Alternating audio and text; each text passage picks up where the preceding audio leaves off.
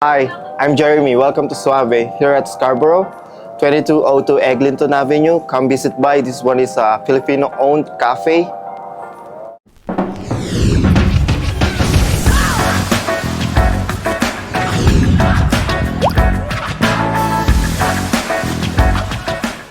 Hello everyone, welcome to Filipinos in the Six. We're here at Suave Korner Kafe in Scarborough with a very special guest, Marit Stiles. Thank you so much for joining us today. Thank you. How was the drive? How'd you find it? Good. We got our campaign bus right now, so it's a little surreal. I've got like this big orange bus with my giant face on the side. I know. So it's pretty great, and of course it's a really cold day today, so it's nice to be on the bus. Yes. Yeah, but you didn't have any trouble finding the location. No, Yeah. not at all. And No. you guys were spending your time here in Scarborough Yeah, throughout the that's day? right. We had a bunch of like small events. My deputy leader, Dolly Begum, who's the candidate in Scarborough Southwest, she had her nomination meeting, so big event. So yeah, it's pretty good. That's perfect. So for those who may not know, can you tell us a bit about your role as NDP leader? Yeah, so I'm the Ontario New Democratic Party leader, which means I'm also the leader of the official opposition in Ontario. So Ontario is home to one of the largest Filipino communities in Canada, as you know. What's been your experience connecting with Filipino Canadians? And what stands out to you about the community? Yeah, it's interesting. I was thinking about that today. I mean, first of all, I'd say a lot of the folks that I know, even in my own riding, Yes. I meet a lot of people who, of course, from all over the province. But what really strikes me, I guess, is the number of people who work in things like healthcare. Okay. And so I've met a lot of people, whether I'm in the healthcare system or just because I'm interacting with folks a lot that way out there, but also a lot of small business owners, I find, and I've seen how, especially how the economic impact, for example, during the pandemic, a lot of small business owners really hit hard, needing a lot of support. In my own riding, in fact, in my own community, that was a big issue. And then I guess healthcare workers, particularly from the Filipino community, who worked so hard during the pandemic. A lot of them, would come to me and talk about the lack of respect they were feeling from the government. So that's been something that's been brought to my attention a lot over the years. Yeah. It's interesting too, because I feel like the Filipino community as well, and you can tell me if I'm right here. Okay. But it feels like there's something really exciting happening, because this is a significant, as you said, community. Yes. But I feel like it's like starting to really come through in culture, in food, in music, in everything, right? Like really starting to be leaders in all of this sort of cultural space now, which is, I think, really cool. Yeah, I'm glad that you noticed that. Yeah, absolutely. That's so. In your time in politics, have there been any memorable moments or stories from the Filipino community that have stuck with you? Yeah, I'm actually, we were just talking about that, a couple of things, but one of them is probably Filipino nurses. Okay. Coming out of the pandemic, working in hospitals, but also in long-term care facilities. Certainly women in my own riding, when I would go, they would come in to talk to us or contact our office because, of course, they were so much on the front line. So, often the first people to let us know, okay, there's a problem here, or there's something coming, or we're not getting enough supplies.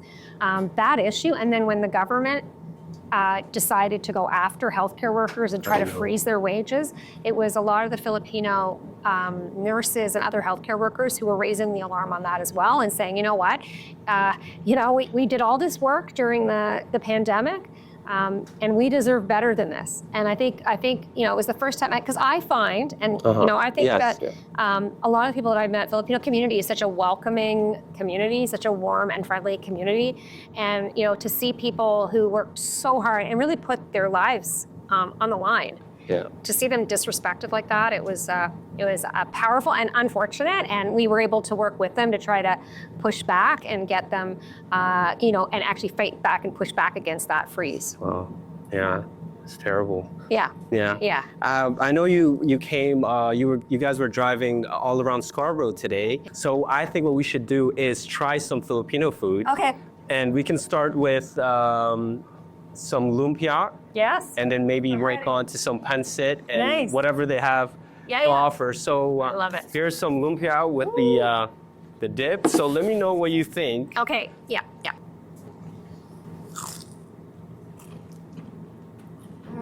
So what do you think about Really the? good. Yeah. Is that chicken in there or is it? It's delicious.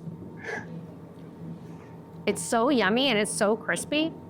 I love it. You're gonna find out. Yeah. I love food and I really like Filipino food. Oh, perfect. We actually have the bigger version, but this is one of my favorites. Yeah, these are small compared to some of the ones I've had. Yeah. Typically, this is what we have in So far, this interview is going really, real. I'm glad to hear that.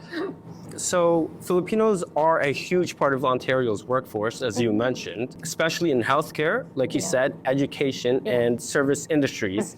What are some ways that the province can better support these workers? Well, I mean, healthcare is probably the most obvious one, but Yeah. I mean, what we've seen is government. I think the Ford government. We're in an election here, and I think after 7 years with the Ford Conservatives, things have gotten really hard. But I think where you really see that, I mean, not just cost of living and housing, but particularly in healthcare and education. Yeah. We are not funding at the level we need to, and we're also starting to kind of carve pieces away and privatize them. And what that means is that we're actually spending more as a province on things and getting less. And I see it, and I see the burnout. The healthcare workers, the burnout that everybody is experiencing. It's becoming really hard, and I know people are leaving. They're leaving the province. They're leaving the system, the healthcare system, because they're so burned out. They feel like they don't have the support to do the job they want to do. And that's the thing I always hear from people. And it's a bit similar in education too. Yes. Education workers feeling like they're not supported. The class sizes are really growing. Education workers are burning out. And so I think that's for me, that's New Democrats. Like, we built the public healthcare system in Ontario, Ontario and in Canada. And so it means a lot that we have that and that we respect the workers there, because part of the problem we're dealing with now is that we're losing so many of those workers that we're not able to keep up. But the other thing I wanted to mention too are our foreign trained professionals. So Filipino folks who have come here who have credentials and cannot work in the field that they trained in. That again, like when we're dealing with a shortage of family doctors, nurses, etc., to have people here who have that training, not able to work, is something we've been working on a lot in the legislature. And my colleague Dolly Begum, who's the MPP for Scarborough Southwest, she's actually put forward a lot of laws and legislation to try to fix that. Big challenges for many Filipino professionals is getting their credentials, right? Recognized when they move to Canada, as you said, as immigrants. How can we make it easier for these skilled immigrants to work in their trained fields? Yeah, there's an enormous amount of red tape, really, and obstacles to people to work in their field. And what's I think just really, really unfortunate is that we need those workers. Exactly. We need them. We need them in healthcare. We need them in education. We need them in so many different fields. And so, while we keep talking about that, like I hear the Conservative government, Doug Ford, talk a lot about that issues, but they haven't really done anything to make it better or easier since they came into power. And I've been talking to a lot of the associations, the colleges that oversee that stuff. There's so many ways that we could speed that up. We need, for example, doctors. We need family doctors right now, and we need family doctors who can work with lots of different communities in all parts of the province. There's 2.5 million Ontarians don't have a family doctor right now. So the fact that we aren't speeding that up really fast, last year they said they'd get 50 people, foreign credentialed doctors approved. They didn't even make that number. So we're really far behind and we're not doing enough. And I meet a lot of, speaking of which, Filipino healthcare workers who aren't actually able to work at the level of their experience and expertise. They're almost forced to take jobs that are less pay, not using all their skills and talent. So we need to do a lot better as a country because we need you, not just the other way around, right? Exactly. Yeah. We need them with the skills they have instead of just filling in roles that they don't want to do. Exactly. Right? Yeah. So that's a very big deal. Yeah. Touching on small businesses, there are a lot of Filipino-owned businesses across Ontario, from restaurants and retail. What role do you think the government should play in supporting immigrant entrepreneurs? A lot of people tell me when they come to Canada, they're coming in and there's some program that they've tapped into that's, that wants them to come here because they have a new idea or innovation, and they're young entrepreneurs, for example, and then they come here and the support ends. Yeah. It's wild, like it's bananas. We do very little in this country to actually support people to get these projects off the ground, their business ideas off the ground. And the way I look at it is these are all opportunities, not just for that person who's got that innovative idea or that entrepreneur, but the spin-off for our economy. We want to be growing our economy. Look, right now, Donald Trump is hitting us with these tariffs. We need to be thinking about how we grow our Canadian-owned businesses, our Canadian opportunities.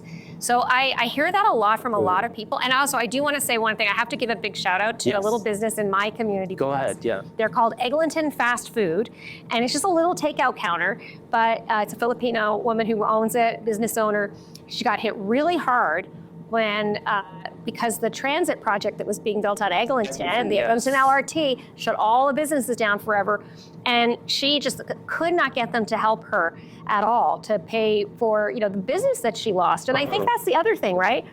There's some people who know who to talk to and when, but we need to be there to support those small businesses who don't have those contacts necessarily to get the support that they need. 100%. And touching on housing, now it's a huge issue across Ontario, as everyone knows, and a lot of Filipino families are feeling the impact. What's your take on making home ownership and renting more affordable? Yeah, I guess two things. One is, I really do think that rent has gone so high and it's continuing to rise. Like, we have to look at rent control again, because there's no way that people can continue to see the rent increase while their income isn't increasing at all, right? It's just not keeping up. So we gotta get that done. But I also think, we can create more spaces like rent geared to income and other kinds of housing to let people, like young people, young families, give them a chance to save a little so that they can put that down payment on the first house. And then there's other things that we can do. We're looking at different ways that we can help first-time home buyers, which I think is really important, right? Helping out that first-time home buyer, instead of letting these big companies, these big land speculators and everything get away with, holding on to land and holding on to housing and not actually using it. Like, we know there's a shortage. So we're gonna also build homes, and we're going to build those sorts of affordable homes with a program we have. They do that in every other province, but not Ontario. And so we can do better here. We can give people some more affordable options so you can save a little, so you could eventually maybe buy that home that you want. Exactly. And in terms of other foreign investors that invest for short-term rental purposes. Exactly. Like, you got to crack down on that right now. We're in a housing crisis. In British Columbia, the NDP government there has done a lot on that, and it's been very successful. And here in Ontario, Doug Ford has basically said, we're going to just focus on big developers. And they're not building.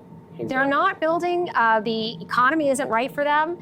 They're not going to build unless they make a profit. Understandable. But the problem is nothing's being built. So actually, at a time when we have a housing shortage, our housing starts, as they say, like the housing being built is at the lowest of anywhere else in the country. Now in politics, Filipino representation in politics and leadership is growing, but there's still room for more, obviously. How can we encourage more Filipinos to step into political and leadership roles? Yeah, it's exciting. Before I forget, I want to remember to mention Linnea Lofstrom, I believe, is our candidate in Don Valley West. She is a Filipina, and she's running there, and we're very proud of her and very excited, hoping she gets lots of support. But yeah, absolutely. This is, I guess I would say two things. One is we need more Filipinos to run. We need that. Representation really matters. It matters. We've seen that. Lots of people who've run from their communities for the first time, maybe. Then the next person runs, and then the next person runs. And this is a significant community that is, it's a big community, as you said, and it's a community that has a lot at stake. If we don't fix some of these problems, it's Filipinos who are going to suffer too, right? Like anything else. So we want to make sure that more people are running. My advice to everybody, if you're interested in politics or, not even sure about politics, you just want to make a change in your community, is listen to what all the political parties are saying. Which one connects with your values? Get involved in their local community associations. That's a great way to get going. But there's also lots of other organizations. I think there's a new organization called Filipino Civic Action that's getting going, that's going to be doing some work, I think, on trying to also build up that political pressure. Because, again, we need everybody to come forward to be seen, to represent, and we need Filipinos in those positions as well. Yeah. Mental health. It's a big conversation in many immigrant communities. Yeah. How can we improve mental health support, especially for newcomers and, as you said, the frontline workers? Well, I'm one of the people that believes that up until now, until very recently, our healthcare system kind of tends to look at healthcare ending here, at your neck. Yeah. And mental health is healthcare. And so we believe in the New Democratic Party that mental health support should be something that is covered under our health insurance program, under OHIP, right? Yes. It should be considered healthcare like anything else. And that's one way we can make sure that more people have access, which is, because right now you've got to pay a lot for it, unless even if you have benefits. It's hard to get that support, so we need the government to put more money into things like community mental health. And then I think really importantly, again, this goes to what you were saying about foreign trained professionals. We need more people who speak the languages, different languages, so that people can access that care in the language that they're most comfortable in. Because what I hear from people from lots of different backgrounds is that, especially when you're talking about something like mental health, emotional well-being, things like that, you need to be able to communicate in your own language. It makes a huge difference in terms of being able to share what's going on with you and to be able to receive care as well. So that's something I think that I've seen work in some communities where they've, like the Portuguese community has done, Spanish-speaking communities have done quite a lot of work to move that forward. I think government needs to be doing more. Yeah, absolutely. So I've been going through a lot of these questions, but I promise you I'm going to ask one more question before the next food comes. Right. So one more question before that comes. Filipino culture is so rich, as you mentioned many times, from community events to heritage festivals. Yeah. How can the government help ensure cultural communities like this get the funding and support they need? Well, I will say, first of all, having government recognize the community and the need to recognize that community's culture and heritage is really, really important. Sometimes it happens by, recognizing a month. So Dolly Begum, again, MPP for Scarborough Southwest, she brought in that bill, Filipino Heritage Month. So Filipino Heritage Month is now a thing. It's a thing. But along with that, I think government needs to come forward with support for cultural festivals, heritage activities. We know how important that is, both to how connected people feel, especially when you're a newer community, but that's just really important for community well-being. But the other thing is there's a lot of economic impact. And I see festivals. I was at the Filipino night market in North York. I think it was in North York, right? Yeah, last year, and which was great, by the way. But I'm not seeing the government coming forward with funding for those activities. Imagine how many more people you could reach if the government gave you a grant for every one of those festivals. So it would just take a little pressure off people. You could do a little bit more, reach a few more people, and it has big economic impact. There's a spin-off. Exactly. Like I saw at the night market, lots of young entrepreneurs, innovators, lots of small businesses that were getting going. And I think if the government could provide a little bit more funding for those activities, we could do a lot more. Jill Andrew, our MPP from Toronto St. Paul's, has been pushing for that. She introduced legislation on that issue.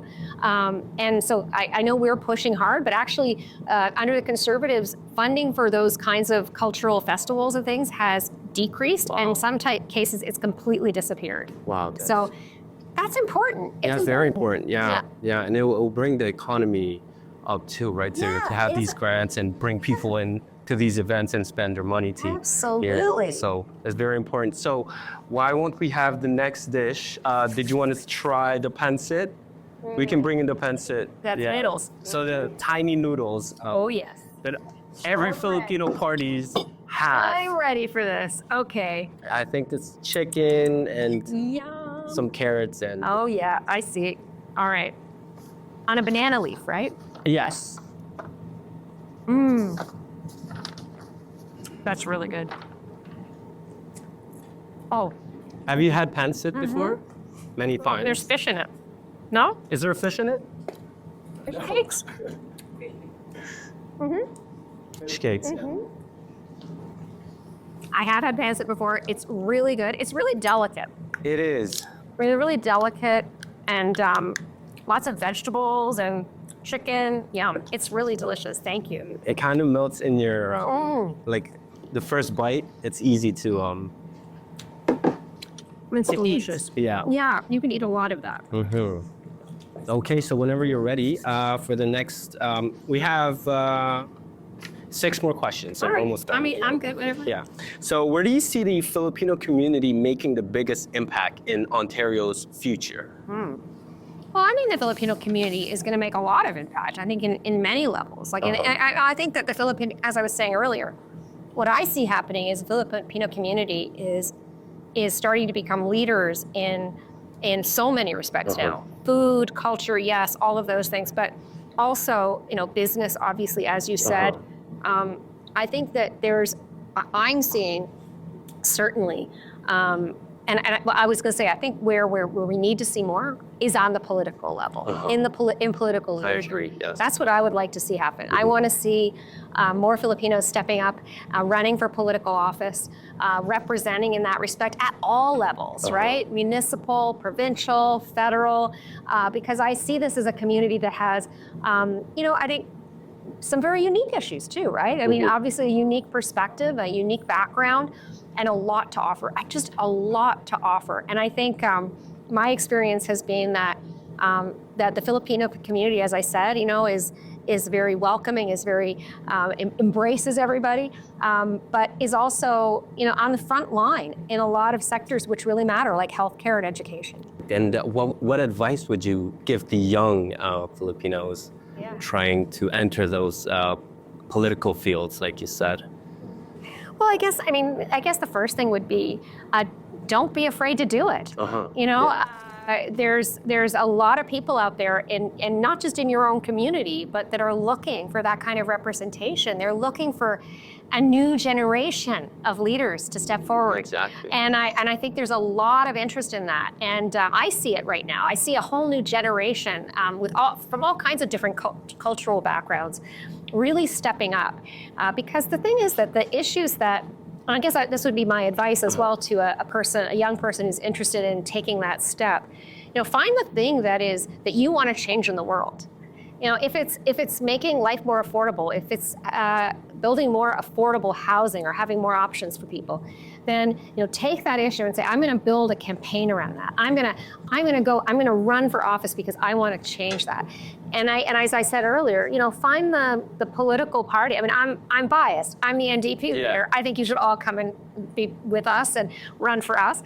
But find the political party that is connecting to your values. We all have plans.